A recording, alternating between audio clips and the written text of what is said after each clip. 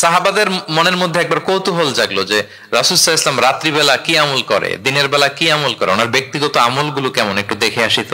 তো ওনার খোঁজ লাগালেন। খোঁজ লাগিয়ে যা পেলেন তাদের খুব একটা মনোপুত হলো না। ওনারা ভাবলেন যে রাসূল সাল্লাল্লাহু আলাইহি ওয়াসাল্লাম হয়তো আরো বেশি আমল করেন, কিন্তু ওনাদের কাছে মনে হলো যে কিছুটা বোধহয় কমই হয়ে যাচ্ছে। তো একজন বলল, আরে রাসূল সাল্লাল্লাহু আলাইহি ওয়াসাল্লামের তো আগের পরের সব গুনাহ মাফ, গফিরা লাহু মা তাকদ্দামা মিন যামবিহি ওয়া মা তাআখার। ওনার তো কোনো গুনাহই নাই, এই আমল ওনার জন্য ঠিক আছে, আমাদের জন্য ঠিক না, আমাদের আরো বাড়াই করতে হবে। তো কি করা যায়? এই চিন্তা থেকে এরা একজন বলে যে তাইলে একটা কাজ করি, আমি আর এখন থেকে রাতে ঘুমাবো না, সারা রাত তাহাজ্জুদ পড়বো। সারা রাত কি করবো? আচ্ছা। আরেকজন বলে তাহলে আমি কালকে থেকে যে নফল রোজা রাখা শুরু করব, জীবনেও মরার আগের দিন পর্যন্ত আর রোজা ভাঙবো না, খালি রোজা চলতেই থাকবে, সাওমে বিসাল। আচ্ছা, দুইজন তো দুইটা নিয়ে নিছে। আরেকজন কি করবে? আরেকজন বলে তোরা যা করছস, আমি এক কাজ করি, আমি আর আমার স্ত্রীর কাছেই যাব না, সন্ন্যাসী হয়ে গেলাম, আর বউদের কাছে যাব না, সন্ন্যাসী জীবন, খালি আল্লাহ বিল্লাহ, ইবাদত, জিকির, আজকার, দোয়া, দুরূদ পড়তে পড়তে জীবন শেষ করে দিব। তিনজন তিনটা নিয়ে নিল।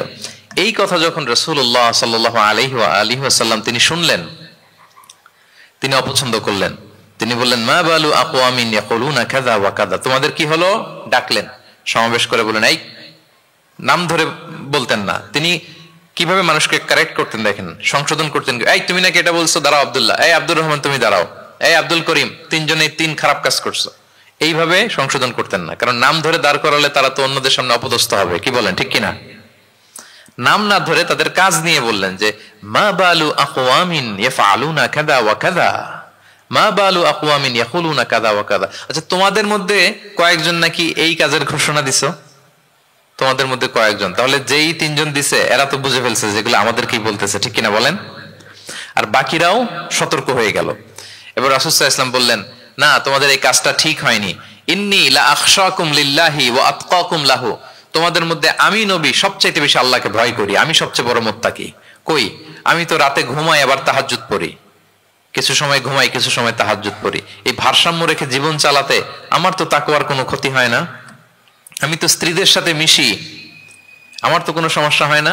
আমি মাঝে মাঝে নফল রোজা রাখি সোম বৃহস্পতি, বাকি দিনগুলোতে দিনের বেলা আমি খাই। কই, এই ভারসাম্যপূর্ণ জীবন আচরণে আমি নবী হয়ে তো আমার কোনো সমস্যা হয় না, তোমাদের তো সমস্যা কোথায়? সুবহানাল্লাহ। তাহলে রাসূল সাল্লাল্লাহু আলাইহি ওয়াসাল্লামের চাইতে যদি কেউ বড় মুত্তাকি হতে চায়, হতে পারবে বলেন তো? না। সেই নবী রাতে কখনো নির্ঘুম থাকতেন না, only except the last 10 days of Ramadan. রমাদানের শেষ 10 রাতে রাসূল সাল্লাল্লাহু আলাইহি ওয়াসাল্লাম ঘুমাতেন না। আর সারা বছরের রুটিন হচ্ছে এশার পরেই ঘুম দিয়ে এরপর রাসূল সাল্লাল্লাহু আলাইহি ওয়াসাল্লাম শেষ রাতে তাহাজ্জুদ পড়তেন, মানে ঘুমোতেন আবার নামাজ পড়তেন, ব্যালেন্সড। ইবাদত করতেন, স্ত্রীদের সাথেও মিশতেন, মাঝে মাঝে রোজা রাখতেন, আবার মাঝে মাঝে না রেখে খাবার খেতেন দিনের বেলা। সুবহানাল্লাহ।